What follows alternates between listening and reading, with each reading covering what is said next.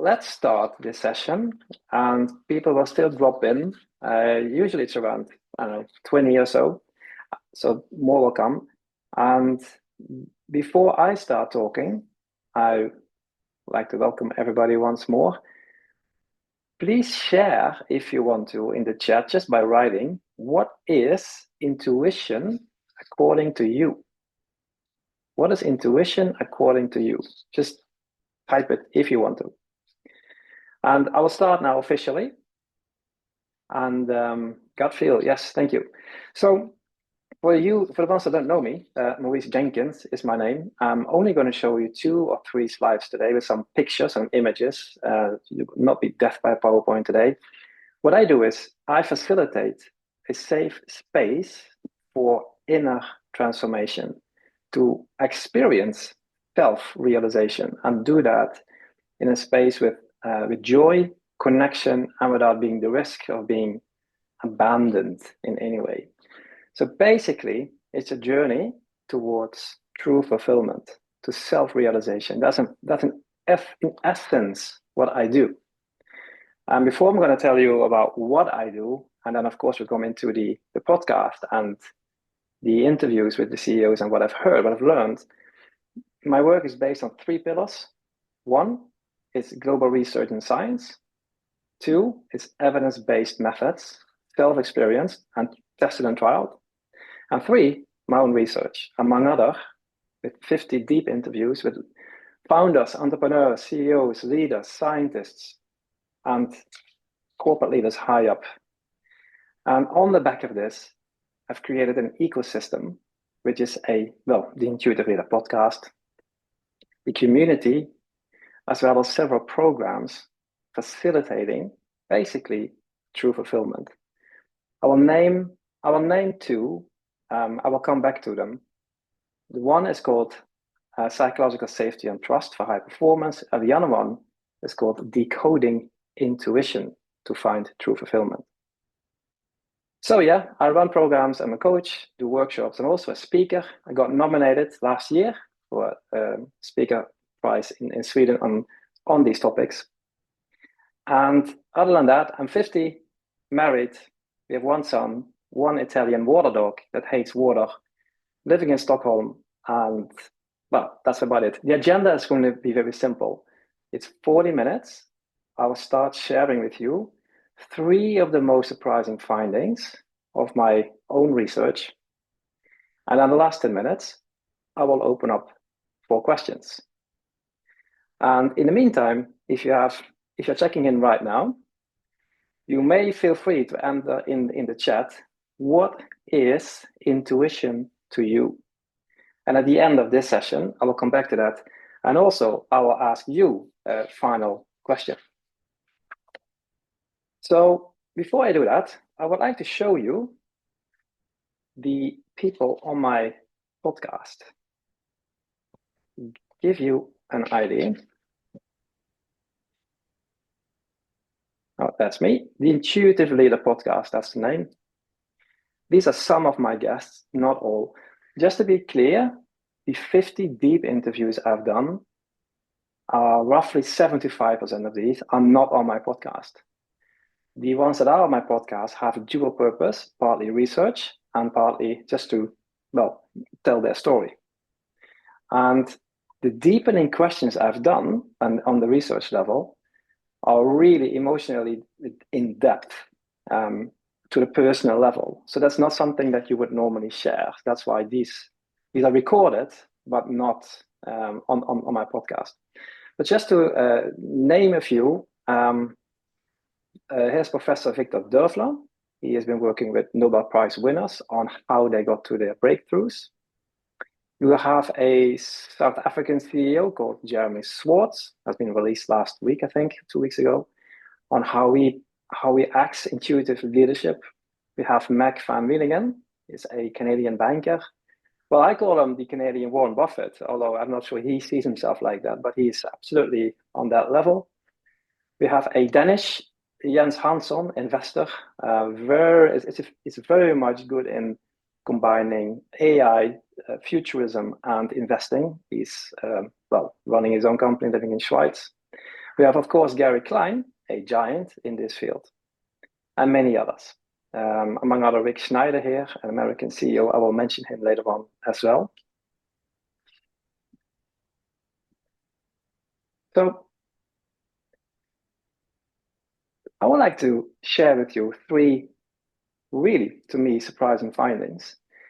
And when we are talking to CEOs, you will get the normal answers as well: data-driven, focused, goal-oriented, having to grow the company, turnover, efficiency, and all that. That's all there. It's all understood. But there were some answers that genuinely surprised me. I'm going to share. I've categorized them in three. The first one I want to start with is that when I started to do this research for about 3 years ago, one of the first questions I asked was like, do you use intuition at work? And the answers I got were like, duh. So to the point like, yeah, why not? And I stopped asking the question after a while because they all do. Every single person I spoke to uses his or her intuition. It's even to the point, and this is a surprise, that it's a non-issue. Using gut at work, using intuition is a non-issue. It's not even questioned. But they don't talk about it. They never speak about it. Very, very rarely. And self-trust here is the absolute key. So many of these people may experience it or pronounce it in a different way, like I just knew it, or I felt it in my body, or I just followed my gut, or my whole me screamed against it. The different ways of saying it, just know what I want. The different ways of saying it, but it's sort of leaning into self-trust and inner knowing. And the reasons for that is that the biggest perceived gains are growth for the company and speed. But also, often on this level, you are isolated. Where do you turn to? There's very few people you can actually turn to. There's very few people you can actually go to and say, all right, I want to share with you my thoughts here. There are groups, but relatively limited, and certainly not on gut feeling. So they have to fall back and rely on themselves. The perceived avoids, and this is also something, in my deep interviews, I've asked like difficult questions, really difficult ones, like almost felt like ashamed to ask them. I did it anyway. Like, what are your biggest worries? What keeps you up at wake? But also, what's your biggest point of humiliation? What are you really trying to avoid? And that point, the point of avoidance, is really about stabbing in the back, being stabbed in the back and losing trust from board, investors, management team, people in the company. And that puts a CEO immediately in the position of scanning, like reading the room. Do I have people with me? And to catch any of these early stage warnings of dissent, is there someone turning? Is there someone turning sour? Do we have lack of coherence in this group? Do we have the beginning of silos? To catch that in a very early stage, because they're of course firm, they're straight on it, but to do that, they have to read the room. And this is also one of the former founders. When I interviewed her very early on, she literally said to me, I have to read the room to make sure to have everybody with me when I present a vision. One of the people I just mentioned, Mac Van Wielingen, the Canadian banker, he explains this very beautiful in a podcast. When he had a meeting with his management team about an investment in another company, he actually said during the meeting, like, I feel uncomfortable with this decision. Why do I feel uncomfortable? Something is off. He said that in a meeting room with all the heavyweights, the financial experts, all the suits and all the ties and all the computers and all the numbers. I don't feel comfortable with this. The numbers are good. I don't feel comfortable. Why? And then he just invited these people, experienced people, to tell him why he felt uncomfortable. Now, Max van Wiedingen now is 80. At the time, he was around 60. That takes an enormous amount of self-trust in your own position and in how you are as a human to invite basically others to tell you why you feel uncomfortable with this. I don't see a 19-year-old newborn leader do that. It's an amount of wisdom there. It's very deliberate, and he explains it very clearly in the podcast. When I feel uncomfortable, that's a sign to stop. When I feel uncomfortable, this is a sign to dig deep. And they go with that. They follow this. It's not impulsive. It's not American cowboy style shooting. It's deliberate and intentional. And it's interesting because there's also a very clear tendency or a way of a school of research that is known for investigating temporal intuition, which is meaning it's really about catching the right opportunity, the right timing to catch certain opportunity. And it is, when I speak to the scientists, I see the research they're doing. When I speak to the CEOs, I see them actually doing it. It's very funny. It's very funny to see the combination of the two.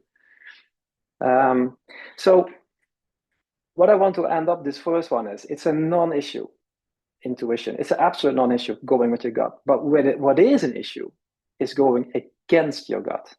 And I've asked them all that question. How does it feel when you go against your gut? And there was one American CEO that's on the pod, Rick Schneider. I just showed him briefly now.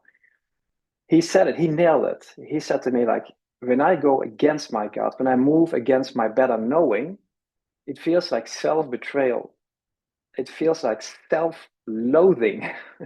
And he nailed it in terms of how I see it. This is exactly how I feel it. So moving against intuition, every single person I've interviewed has a negative experience with it. I haven't talked to one CEO, investor, or founder entrepreneur that said, yeah, I went against my intuition. It was great. On the contrary. That's not to say that we don't make mistakes. Not at all. The second big surprise to me is that what you see on the podcast is only a tiny little bit of what they have shared with me. They love to talk about this. It's like opening up a box of worms, of a Pandora's box, and you open it and everything just comes out of it, like a volcano. And I have my theory about it. I don't think that people talk about this. The level of openness that I received from people that I have never met, this is something you have to be aware of, that most of these people I've never met. I just ask them if they want to be interviewed. And they just open up as if it's within 10 minutes, we were talking about stuff that were way beyond the podcast. And the sharing of both the failures and the wins, the losses and the wins, was really in depth. And that because of that, I have this enormous amount of data I can fall upon. But one thing is why they love to experience this, explore this personally. And this is the big one. That is that it brings them back, it reconnects them to why did I do this? Like, what was why did I actually start to do this job? Why am I a CEO in the first place? What am I heading for in life? So connecting back to intuition and to explore that brings them back to their why in life. Like, why? What am I heading for in life? What's my dream? And then I could clearly tell if it was the CEO answering me or the person behind the CEO.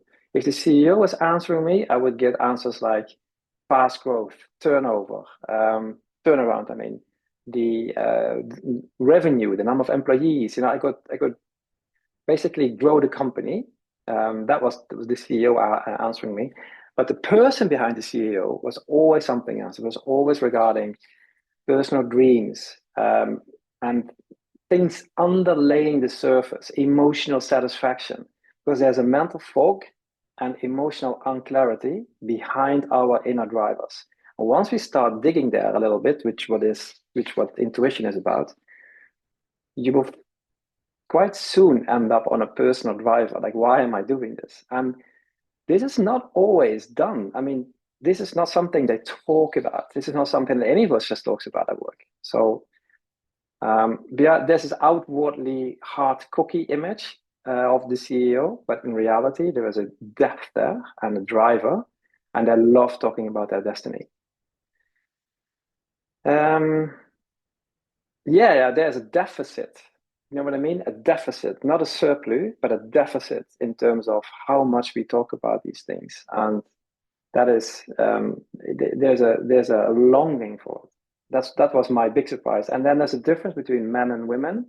Women, female CEOs, easier slide into using emotional language concerning the word heart, following the heart, whereas men easier slide into what I call power language. So following my gut, making the right decisions. So it's a bit harder, but it comes down to the same point in the end.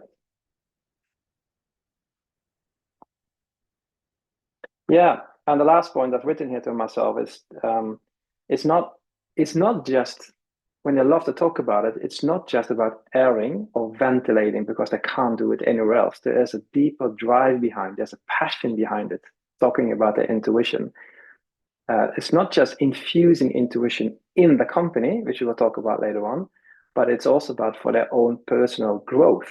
They keep themselves floating with it. Why? Because we'll have impact. That's it.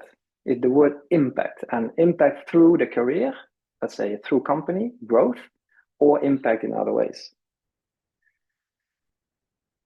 Eventually, this is their fulfillment, right? It's their dream. And this is also, I just showed you Victor Dörfler. He's working in Scotland.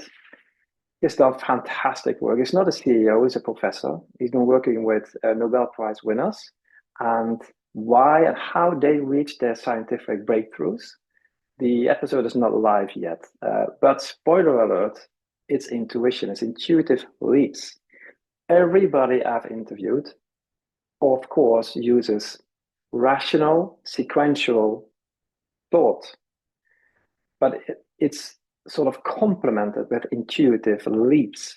And nowhere it's so visible as with scientists that, like Nobel Prize winners, they make an intuitive leap, just like Stephen Hawking did, and then work their way back to make it work. Stephen Hawking did it with talking about black holes, by the way, and that something is leaving the black holes. Right? It's a very interesting documentary on Netflix about that.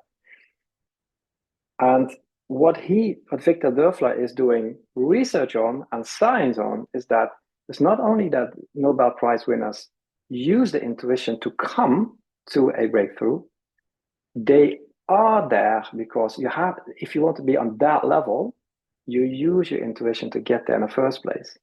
And that is the exact same observation I've done with the CEOs interviewed. They don't use the intuition out of the sort of, niceness or something, or just because I like it. They are the CEO because they have been trusting their gut. They get there because of self-trust. This is a huge leap of thinking. I know that most of us, when we heard intuition is always, difficult, dangerous, bias, we can't trust ourselves. The fact is that we all make mistakes. That certainly, but self-trust is the absolute key to get there, to get to a higher position. And I will take that in the next one. So the first one was it's a non-issue. They follow gut. The second one, they do it. They love to talk about it more than I thought. A lot more. Most of it's not even in the podcast. It's so personal that it's not there to be aired. And the third big surprise for me is that they would not use the same vocabulary as I'm using right now because it's my sort of turf, if you like. But they connect intuitive leadership with winning, growth, succeeding, company-wise, not just for their own personal sake. I mean, if you are in stress and chaos, you need to lift yourself you need to zoom out and stay strategic. That's what intuition does. in terms of uncertainty and unknown. They use it to full. So there's one Gary Klein I showed him, which is 5 minutes ago, and who is on my podcast. He's been working with American Marines since the 80s and in natural-based decision making. And his whole thesis is that you can't wait until you have all the data. And even if you have all the data, you can't trust every single bit of it. And who decides what pieces of data are more important than others? With other words, at some point after you have done your analysis, you have to make a judgment call. And even to the point of that judgment call, you will make zillion decisions. What pieces of data are in, what pieces of data are out. At some point, it's not a neutral process before you make a decision. But anyway, at some point you have to make a decision. And there's a very interesting interview with one of Jeff Bezos' personal coaches, where Bezos says that one of the reasons Amazon is so successful is we actually go on decisions based on 60% of the data. We don't wait. We can't wait. We have to make decisions. So this is the same thing. Like there's a certain amount of trust, of self-trust, assertiveness. Anyway, intuitive leadership, if it's being infused in a company, it's being perceived as a little bit, I can say it like this. There's one lady, one female CEO, Swedish, that's not on a podcast. She shared with me, like quite literally, like we pay good money, real good money to get the best leaders in our company, the best leaders. And why would we not give them the freedom to make the decisions on their own? Why don't we trust them to make the right decisions? We hired them to make the right decisions. So why should we use command, control, and correct, like the management by fear pillar? So of course we need to give them the trust and the freedom and the psychological safety to make a mistake. Otherwise, nobody will dares to make an innovative step. And this is at the core of intuitive leadership. The idea that if we want to grow, this is about future-proofing a company. If we want to grow, it's not about finding out the next AI breakthrough, although that would be nice. It's about a zillion incremental steps that every single person on the work floor makes on a daily basis. A little bit better every day, but also a few failures along the way. You will make mistakes, guaranteed. But even that's a learning curve. And that is the learning mindset, the famous growth mindset that everybody talks about. That is at the core of intuitive leadership. But it also means that you have to trust people and that you have to read the room and give the people the trust and that you are there as a human.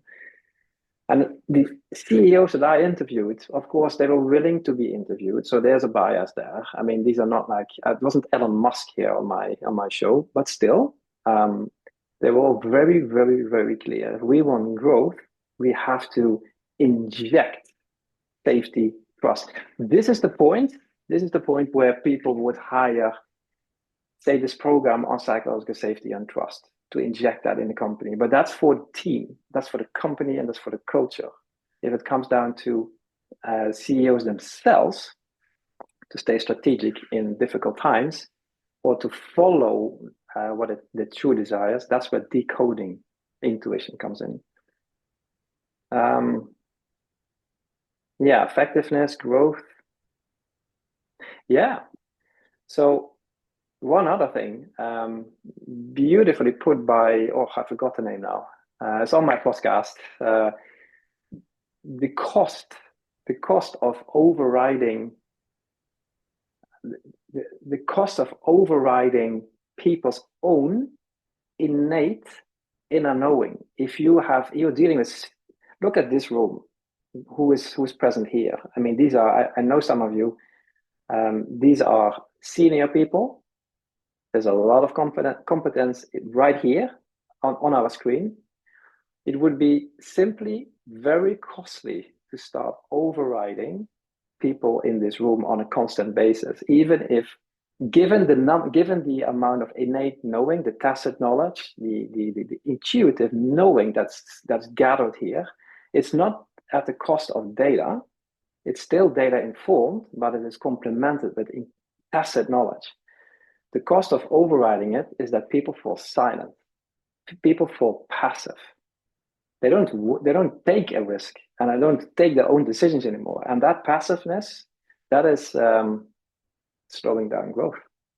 And there are studies on that globally, clearly pointing it out. Mm-hmm. And lastly, the another cost of overriding an intuition. It happened several times to the people I interviewed. Two of them on my podcast, Mac van Wielingen and Jeremy Swartz, but several others that I interviewed, but not on a podcast. Mergers, acquisitions, buying of companies, strategic partnerships with other companies, or onboarding high-profile people in their company, and having a red flag, having a serious red flag, a serious bad stomach feeling, but overruling it because, well, the numbers seem good, the case seems to be working. Let's go ahead with it.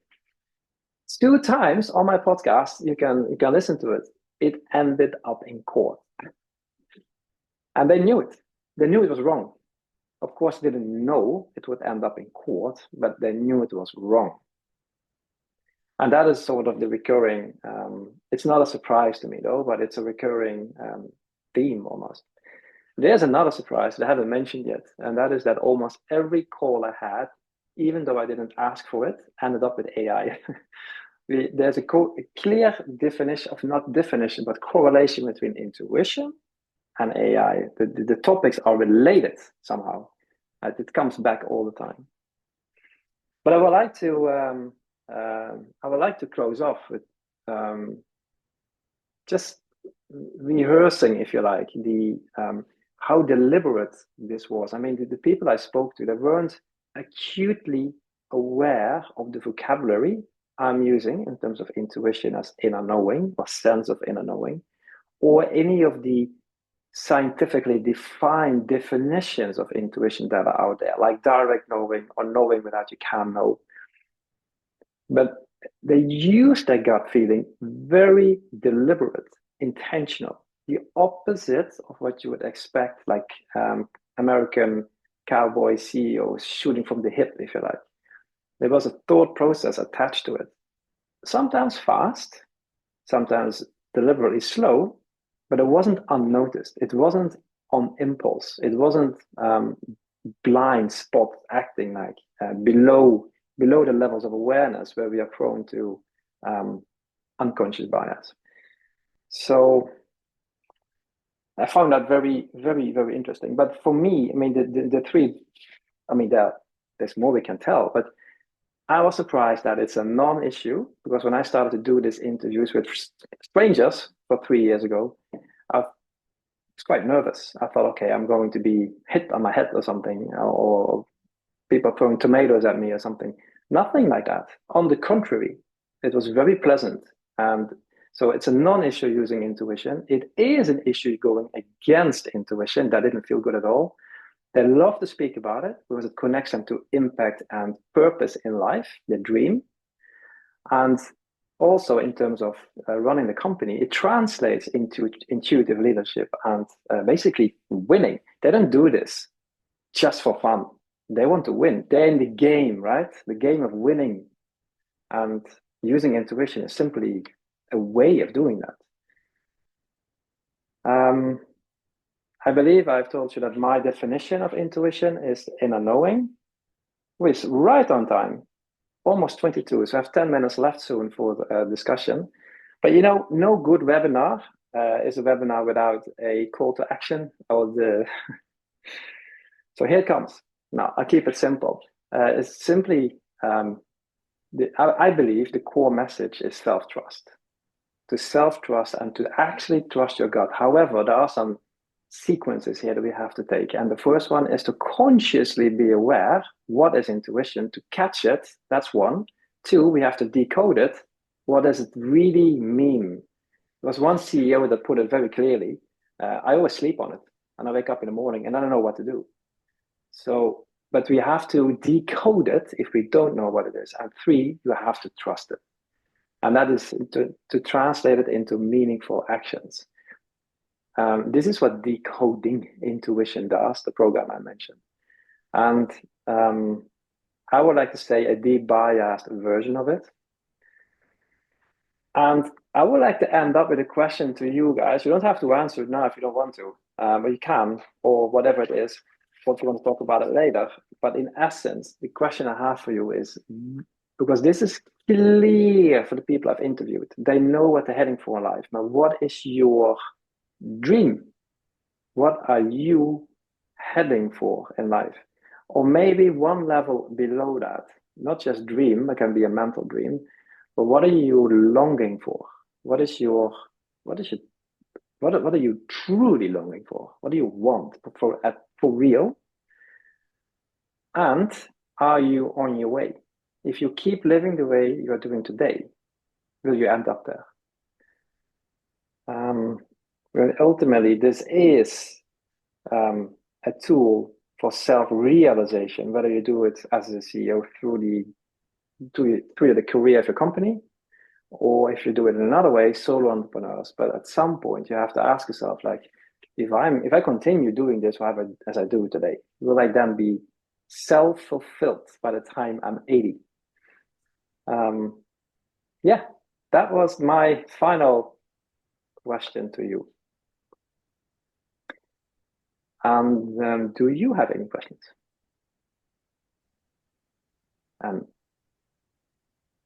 Is that Elisa? Thank you so much. Yes. Yep. Hi, I just want to say thank you so much for sharing your research. You mentioned a couple of things, right? One of which was you didn't complete your, I think, explanation about AI and intuition, because in today's world, right, people are intuitively afraid of the ramifications of AI. I just had a conversation today over lunch about the impact of AI for the next generation who are actually growing up with the use of AI from education since kindergarten, primary school, etc. So it'd be very good to hear from you what you think is the impact on AI with intuition. Yeah, thank you. Thank you, Elisa. Thank you. So I will start with one of my guests, Ulrich Hansen. He is a futurologist, an AI specialist, and an investor, and well, he's financially independent by now. And he explained it very well.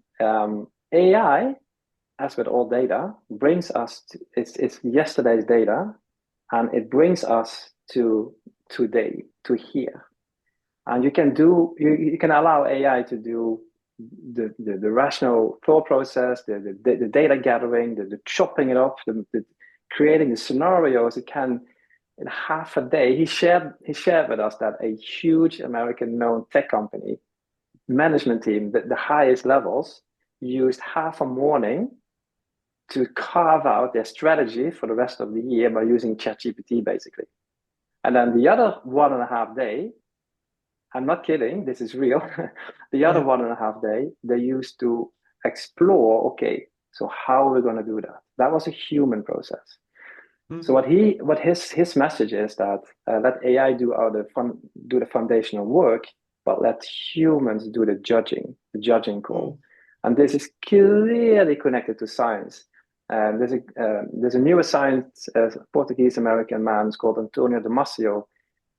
I have too little time now to deep dive into it, but his science is on the use of emotions and feelings in the brain to give context to data. With other words, judging. If you leave out emotions and the amygdala, you can't judge anymore.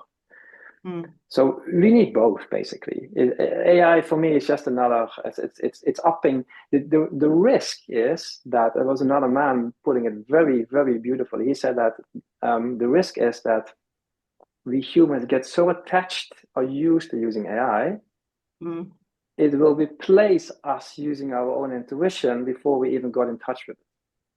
That's the danger.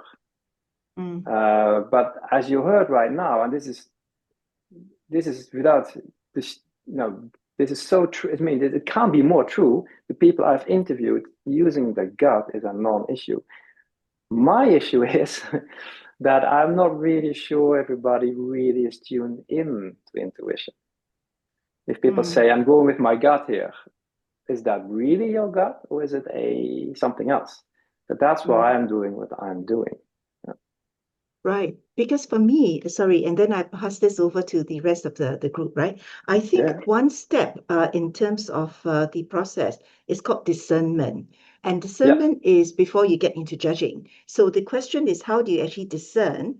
And your discernment actually relies very much on your bioreactions, the neurosciences, the amygdala, because that's been there for years. And amygdala is the one that actually senses the threat and tells you that it's not quite right at the circumstance. So I think it's about when you're looking at vast amount of AI, is this human ability to discern before making judgment. So thank you very much. Over to the rest. Yeah. Yeah, thank you, Alisa. Yeah, you're absolutely right. You're absolutely right. The discerning. So decoding intuition is another way of saying discerning. Discerning what is my system, the whole nervous system. We have the concentrations of biological nervous systems here, gut, and body, and whatever is coming from there, it needs to be discerned. It needs to be dissected, decoded. So yeah, debiasing it. Yeah, absolutely. That's fun. Yeah, thank you. I have a couple of questions, Maurice. Yeah, sure. Do you believe that people can be trained to open their intuition? Not John just Freeman. trust. I get the trusting what you, but can they be trained to open in your view? Sorry, John, say once more. If people can be trained to open their intuitive faculties, to develop the ability to sense. Yes, absolutely. There's no question about that. I've been doing that now for a couple of years, and yes, absolutely. And also maybe to explain that when I started to do this, I said that okay, I help people train their intuition. That's actually not true. The intuition is clear. The intuition is there, put it that way. It's up to us to then interpret it correctly. And that's what I train. I train people connect to inner knowing and then to discern or to decode it. So yeah, to open up for emails that our system is sending us. That's the way I see it. Okay. Thank you. And my other question was to ask, do you relate this at all to the left brain, right brain conversations that are going on? Yeah, you could. I'm not sure if you've seen the my company logo. It's a brain. Like one half is blue, the other half is intuitive. System. Well, blue is system 2, orange is system 1. So orange is fast, is intuitive. Yeah, of course. We have, but yeah, I do. I mean, it fits into the narrative, right? We have our logical thought and have our intuitive thought. So yes, I do. Yeah, but there's a lot of nuanceating there. That's what I'm hesitating to put it in a box because it's about inner knowing. Yeah, but Understood. I do. Yeah. Thank you. Yeah. Thank you. Mm-hmm. May I go ahead? I have a question. This is Alok. Yeah, so let me come on the camera. Hello, Alok. Thank you. Hi, Maurice.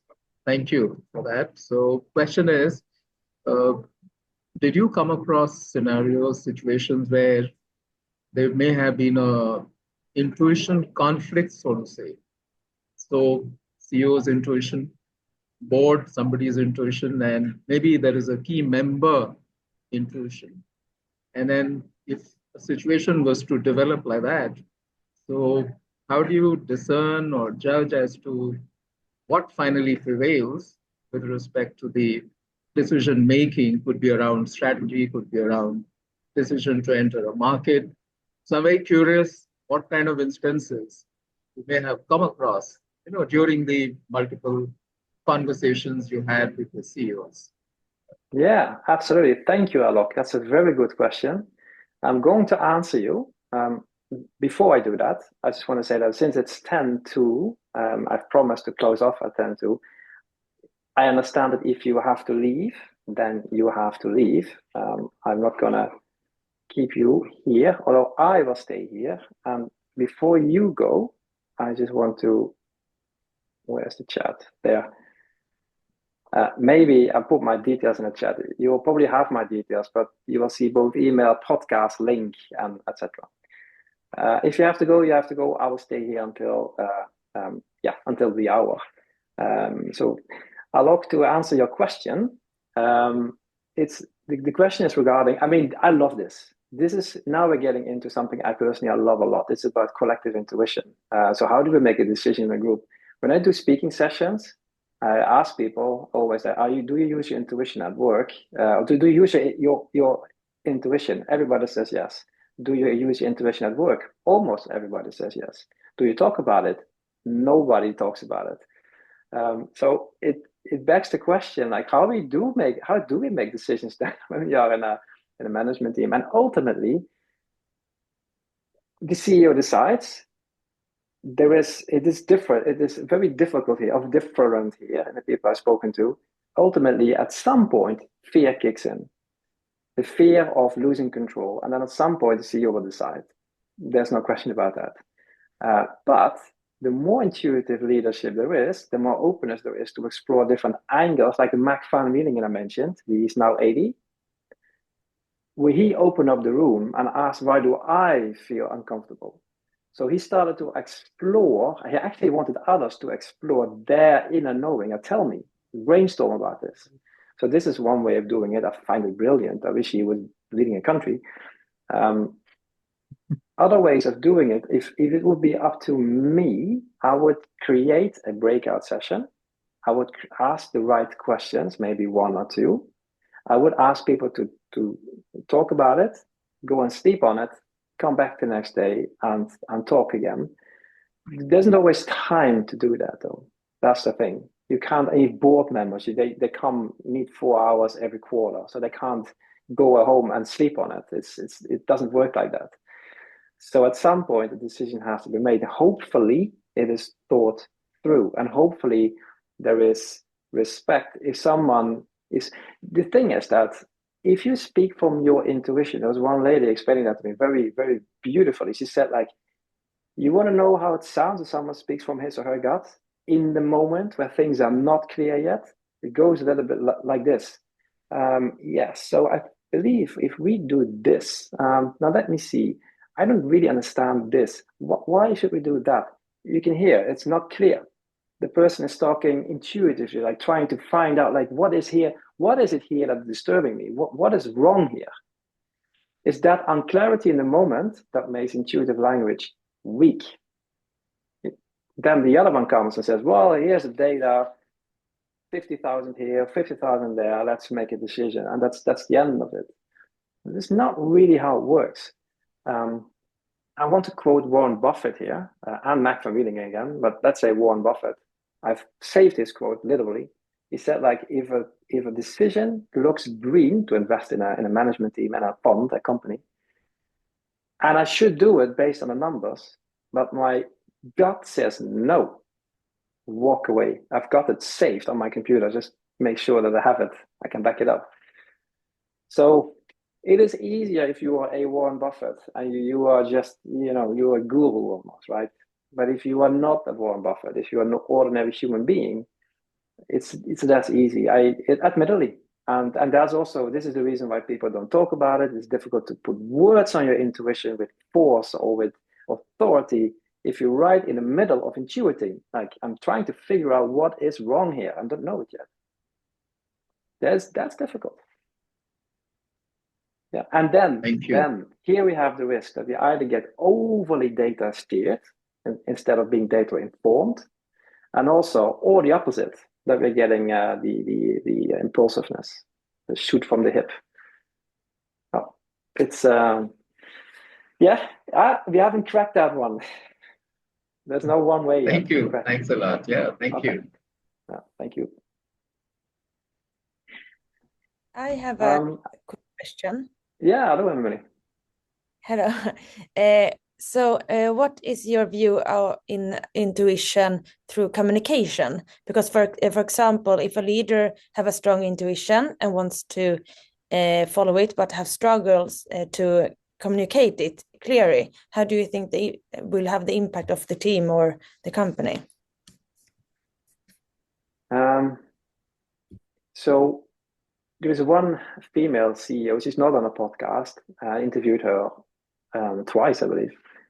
She said it like this: if I walk away from a meeting where I haven't been able to fully communicate what I want, like the situation that you are now describing, if I walk away from that meeting, my question is, what, how does she put it now? What is being unsaid? What haven't they said to me? And not from a paranoia point of view, but we haven't been able to come deeper. It's sort of a surface level meeting. Or in the words of Jeremy Swartz on my podcast, if everybody's just nodding during the meeting, senior people just nodding, that's not a good sign. You want the opposite. You want people to question this openly, not arguing. So it's not.